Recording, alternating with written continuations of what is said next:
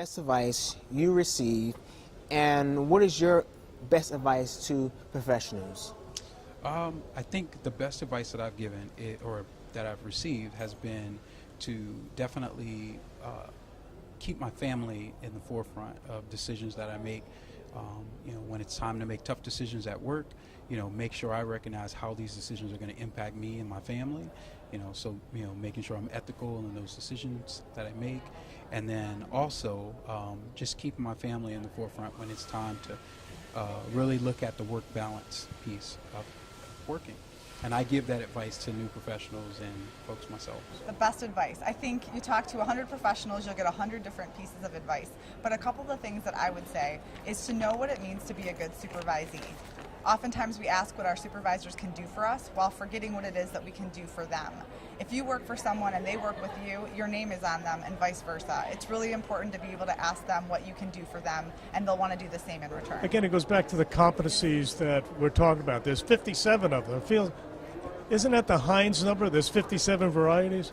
For me, it comes back to the passion for students. I think we're all in the field because somewhere along the line, someone pulled us aside and encouraged or empowered us to move forward. Yesterday I met with two RAs who are out here in Minneapolis, two former RAs out here in Minneapolis, working and co-oping. I was paying back to them, spending some time with them. We went for a bike ride, we went to the ball game, spent some quality time together. I was just doing what someone in the past did for me. When these two RAs yesterday wanted to pay for their own meal, I said, no. All I ask you to do is to pay back. So in 15, 20 years, when you have the opportunity to do so for another student, make sure you do that. I think it's about your cultural values at your institution, within your department. I think it's about modeling behaviors a little bit.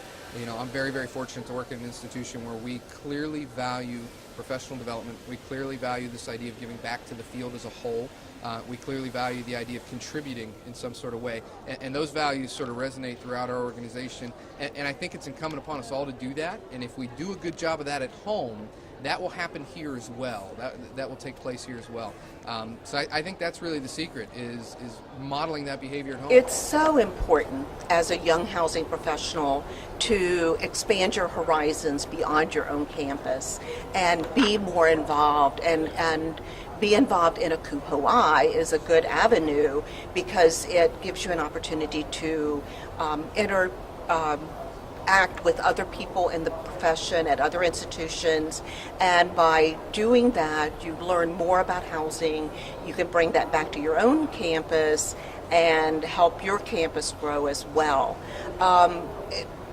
The easiest thing to do is volunteer work. The best advice that I think I've received is the importance of networking and making sure that you're taking the time to introduce and get to know the colleagues from across the nation.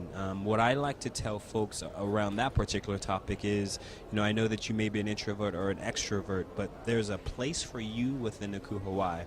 So as you step out of your shell just for 1 second, before you then retreat back into it, take that card and then reach out and make sure that you're utilizing that connection that individuals are offering to you, and don't let that pass away just because you've left the annual conference. Well, as I never pictured myself being in housing. That wasn't my goal, and it's been a very interesting road.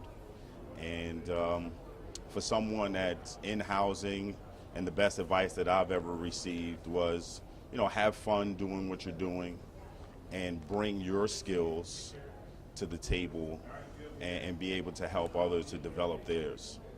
I've been blessed with wonderful mentors, and so the first advice is to develop a mentor or get a mentor if you do not have one. Those mentors have shared with me that getting involved in professional organizations like this, so whether it be simply attending or more importantly stepping up and presenting at a conference, whether it be attending or stepping up, presenting at a conference, getting involved on committees and volunteer work or on executive boards, finding a way to really get involved, to give back, to learn, to grow, to network. And that gives you access to information, gives you access to people. And then as that comes for you, to do the same for others. Mentor others, give others access to information, to people, to resources. Some of the best advice I received, again, was when I was early in my career. And it was my advisor, actually, with my graduate program. And I was looking at what my next position would be, where I would be going. And he told me one day to not worry so much about the title, not worry so much about the salary, but to look very closely at what the skill set would be that I would develop so that I could be who I wanted to be in the future.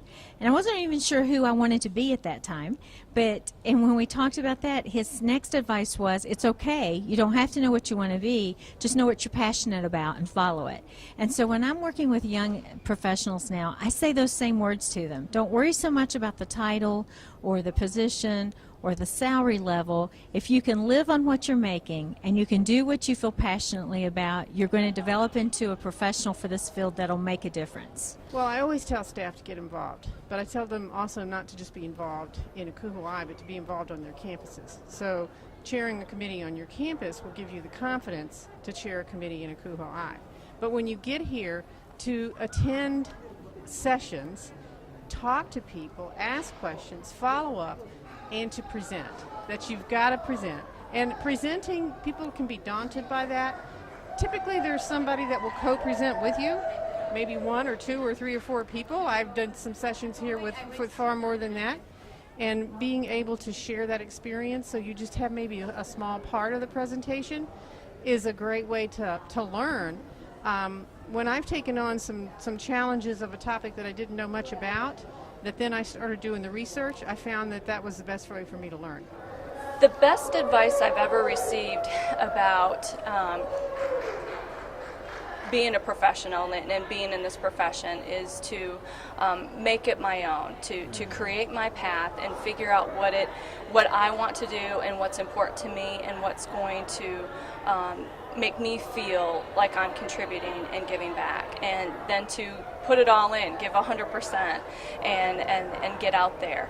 And what I would tell a younger professional, somebody who's new to the organization, would be to do the same thing, is to put yourself out there and get involved and do something greater than yourself and make this profession better. Leadership is so important, and having a mentor who is going to help give you the confidence to make that step, to get engaged, to be involved, to stretch a little bit and reach to the next level.